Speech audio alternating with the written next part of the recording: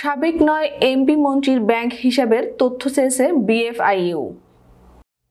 সাবেক আওয়ামী লীগের সরকারের বস্ত্র ও পাট মন্ত্রী গোলাম দস্তগীর গাজী, ধর্মমন্ত্রী মোহাম্মদ ফরিদুল হক খান সহ ৯ জন সংসদ সদস্য এবং মন্ত্রী প্রতিমন্ত্রী ঋণ ও আমানতের তথ্য চেয়েছে বাংলাদেশ ফিনান্সিয়াল ইন্টেলিজেন্স ইউনিট। গতকাল বৃহস্পতিবার ব্যাংক হিসাবের তথ্য চেয়ে দেশের বিভিন্ন ব্যাংক ও আর্থিক প্রতিষ্ঠানের কাছে নির্দেশনা পাঠিয়েছে বিএফআইইউ।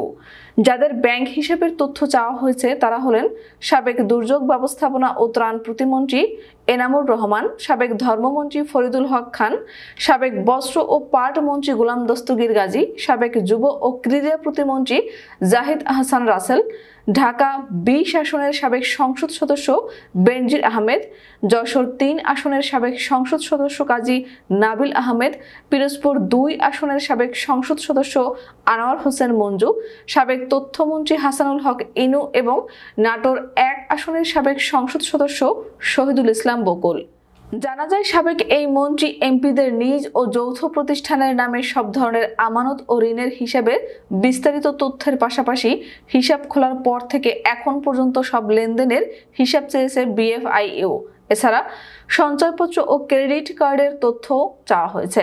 গত ৫ আগস্ট রাজনৈতিক পট পরিবর্তনের পর সাবেক সরকারের কয়েকজন মন্ত্রীকে গ্রেফতার করা হয়েছে।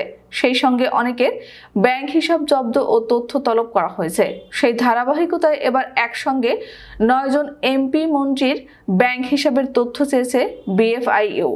এর আগে আওয়ামী লীগের সাধারণ সম্পাদক এবং সাবেক সড়ক পরিবহন ও সেতু মন্ত্রী ওবায়দুল কাদেরের ব্যাংক হিসাবের বিস্তারিত তথ্য চেয়েছে কেন্দ্রীয় ব্যাংকের আর্থিক গোয়েন্দা বিভাগ। ওবায়দুল কাদেরের নামে থাকা ব্যাংক হিসেবে কত টাকা জমা হয়েছে, কবে জমা হয়েছে, কে জমা করেছে, এ ধরনের বিস্তারিত তথ্য জানতে চেয়েছে বিএফআইইউ। এর আগে গত ২৭ আগস্ট ওবায়দুল কাদেরের ব্যাংক হিসাব স্থগিত করে সংস্থাটি। বিএফআইইউ এর নির্দেশনায় ওবায়দুল কাদেরের পিতামাতার নাম, স্ত্রীর নাম, জন্ম তারিখ, জাতীয় পরিচয়পত্র ও স্মার্ট কার্ডের তথ্য উল্লেখ করা হয়েছে। ২০১৬ সালের অক্টোবর থেকে আওয়ামী লীগের সাধারণ সম্পাদক হিসেবে দায়িত্ব রয়েছেন ওবায়দুল কাদের। ৫ আগস্ট আওয়ামী লীগ সরকারের পতনের আগ পর্যন্ত তিনি সড়ক পরিবহন ও সেতু মন্ত্রী ছিলেন। বাংলাদেশ ছাত্রলীগের সাবেক এই সভাপতি নোয়াখালী ৫ আসনের সংসদ সদস্য ছিলেন।